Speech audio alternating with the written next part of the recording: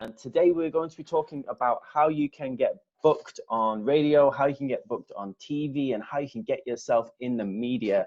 And this is a little preamble. This is like a trailer of what's coming up, because Janey Lee Grace is actually speaking at our event tomorrow, at our Standout Speakers Academy event. So if you want to grab your ticket, I'll post the link below.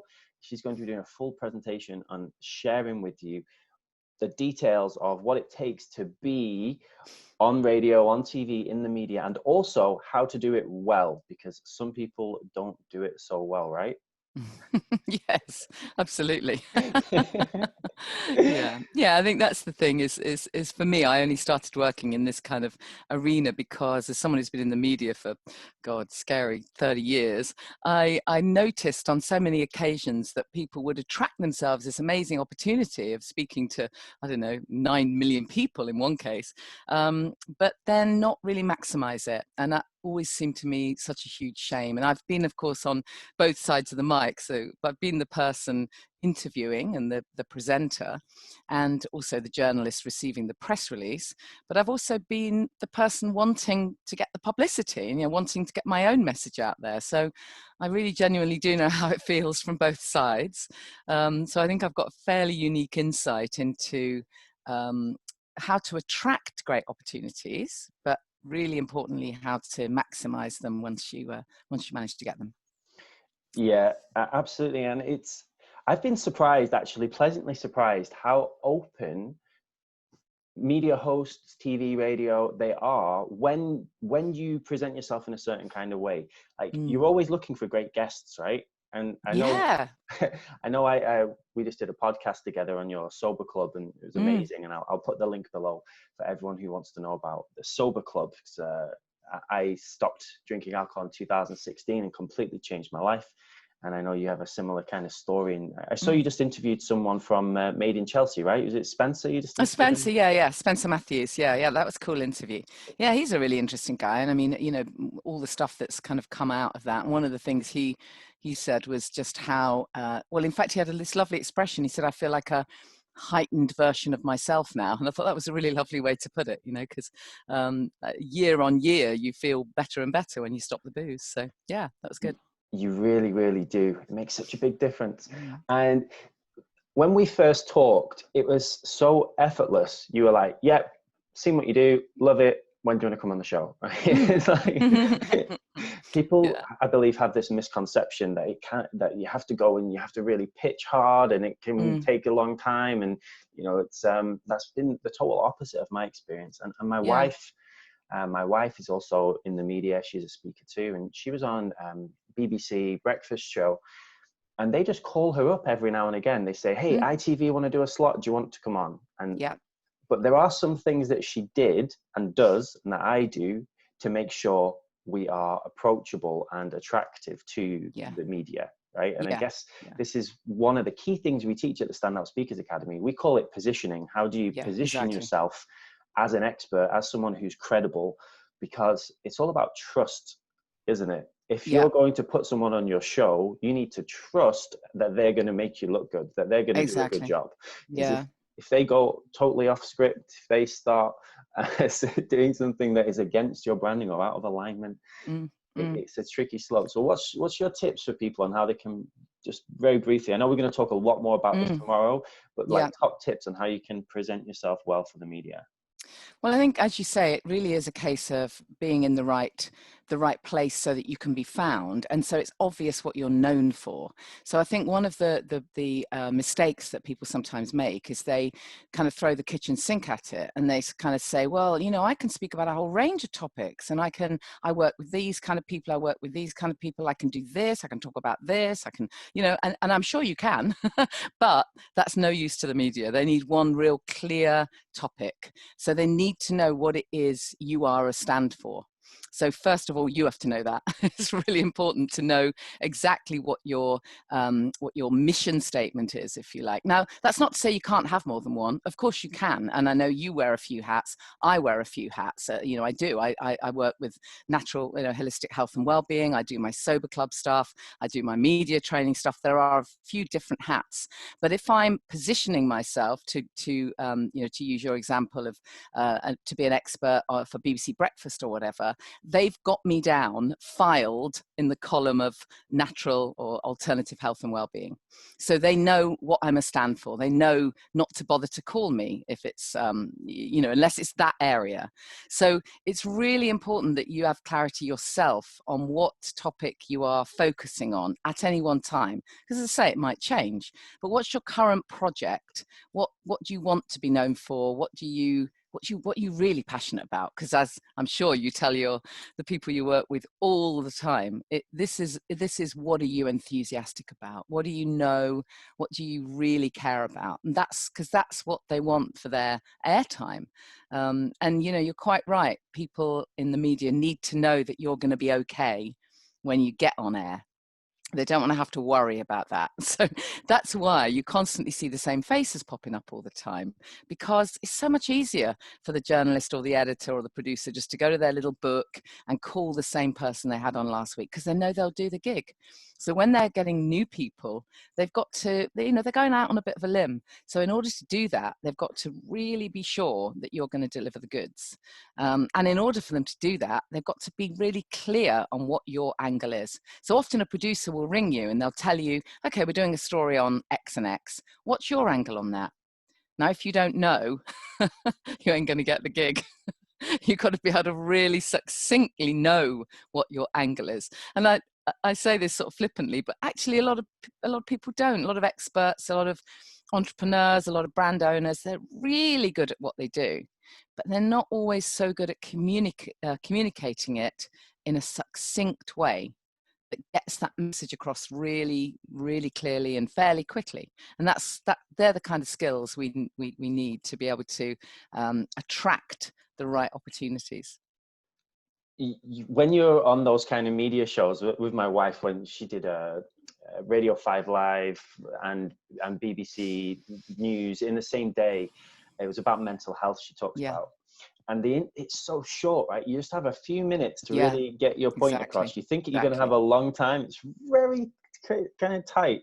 And I personally, I love doing those kind of interviews, but I also love doing things like podcasts, like we did together. Where you can dig deep. Where you can go deeper, And I love doing events, because tomorrow it's a full day event. So it starts at 10 a.m. in the morning, it finishes at 5:30 at night. We're going to go super deep into all things, how to first figure out what you stand for, like you said, which is great. I love that. Then how do you position yourself as an expert in that thing? Then we teach about presentation skills. And I know you're going to share a lot about that as well, like what it takes to be a good guest. Yeah, because, absolutely. I've had some stinkers as well. And sometimes it just flows really easy. Right? If you were to give one tip for people on how they can flow, because maybe they already have started doing some podcasts. There's so many around now. What's a tip for people around the presentation skills side of things? Are you talking about as an interviewee or if they're the host? Yeah, as an interviewee. Or both. As an interviewee. Yeah. So I think the really critical thing, and I'll talk much more about this tomorrow, is most people think that if they're invited to be on a radio show or on a podcast or whatever, that it's okay to rock up and chat. And I would say it isn't. I would say that there is an element of performance. Yes, of course you're yourself and you're going to be talking about the thing that you love and you're passionate about. But there is also an element of performance here, because this is the professional you. And actually you do need to do a bit of prep for that. Over time, it gets much easier and much quicker. I now no longer have to do anything like as much prep as I used to have to do. But in the early stages, to get good at this, you need to have prepped exactly what your message is. Now, that doesn't mean you have to script your answers, definitely not. In fact, I would advise against that strongly. But you need to know your own agenda. Now, we've all watched politicians who, of course, are pretty brilliant at this. They're great at getting their agenda across, to the point of it being incredibly annoying, because the interviewer will ask one question and they'll answer another, because they're just intent on getting their own agenda across. Now, actually, the truth of it is, we can do this in a really beautiful, conscious way that doesn't need to make anybody fed up. You can absolutely be respectful and acknowledging and embracing the questions that the host is asking you. But at the same time, you can be really, really clever at making sure that you've got across the message you want to get across, by hook or by crook. And that's the skill. So the top tip, it's terribly straightforward. It is, do your prep. And tomorrow I'm going to go into more detail about the different aspects of the preparation that we have to do. Yeah, totally agree. If it's your first time doing it, you don't want to be going in there cold. I call it getting into state. So you want to be warm before you do your interviews. You want to be in the zone. It's the same with public speaking. You want your energy to be peaked. It's like if you're going to run a marathon, you're going to warm up before. So you get prepped, you're ready, you're already in that kind of energy of whatever it is you're going to speak about, and then it flows so much easier. I love that. Absolutely love it. And I guess just one last thing before we wrap this up, and then everybody do come tomorrow. It's going to be absolutely amazing. I'll post the link below.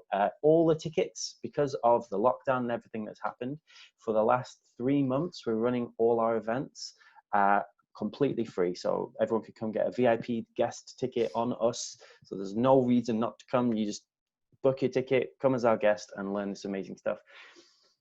But if someone was specifically trying to get booked for these kind of interviews, media opportunities, what is a top tip for how you can get more exposure?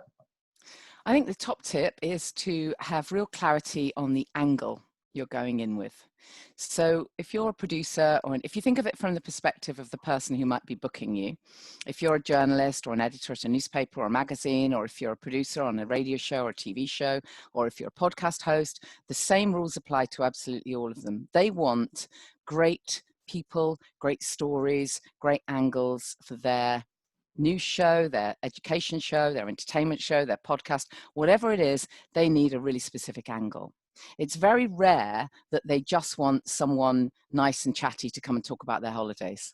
It doesn't work that way. You might end up talking about your holidays or various other aspects of your life in the process. You might end up sharing lots of different aspects of your work, but you'll only ever be booked because of one specific angle.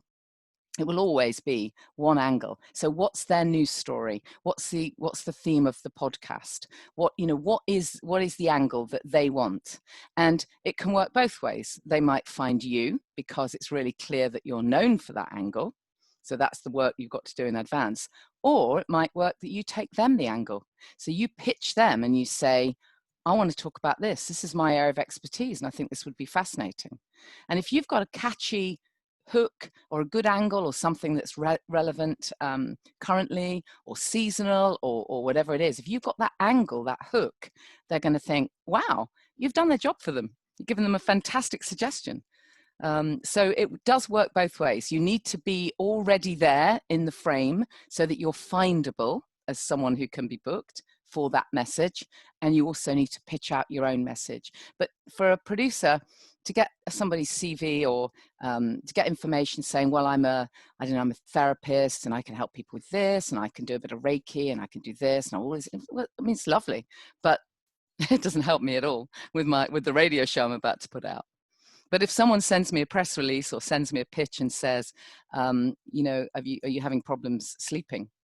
Because we have the most amazing suggestion and angle for naturally how to improve your sleep. It might be a feature that I want to cover. I don't know where that example came from, but you get the drift. I have a friend who does that. They're a sleep specialist, and there you go then. Everybody wants better sleep. Right? Everybody wants better sleep. We have a national deficit of sleep, don't we? Yeah, we certainly can use more stuff on that. Wonderful, absolutely wonderful. Well, I'm super excited for tomorrow. Everybody, do connect with Janey Lee Grace. Do check out her Sober Life podcast, which I'll post below. Alcohol-free life. Alcohol-free Podcast. life. Yeah, it's all right. Yeah, it's Alcohol-free alcohol-free life life and from the Sober Club. from the Sober Club. Yeah, That's the it. one. Wonderful. And tomorrow we're going to cover all of those different aspects. We're also going to talk more about how you can just improve your public speaking in general. That's what we do at the Standout Speakers Academy. We want to turn you into absolute speaking superstars that can inspire thousands or millions of people all around the world. And getting in the media is one of the fastest ways to make a big impact. I think my wife, when she was on BBC Breakfast, they had like 10 million viewers or something like that tune into that show. If you can make an impact to those 10 million people, think about the ripples you make. Think about how many lives you'll change. And then those people will come and find you, right? And you build your following. So do check this out if you're serious about becoming a speaker, if you're serious about making the rest of 2020 the best year of your entire life. I know 2020 might have had a little rocky start for some of you. None of that was on my vision board. Yeah, I don't know if anybody noticed 2020 started a little bit strange, but the next 6 months is up to you how we make this flow. So looking forward to connecting with you all, and yeah, just whatever you do, make sure you do it with all your heart. Go out there, shine bright, because the world is ready and waiting for you.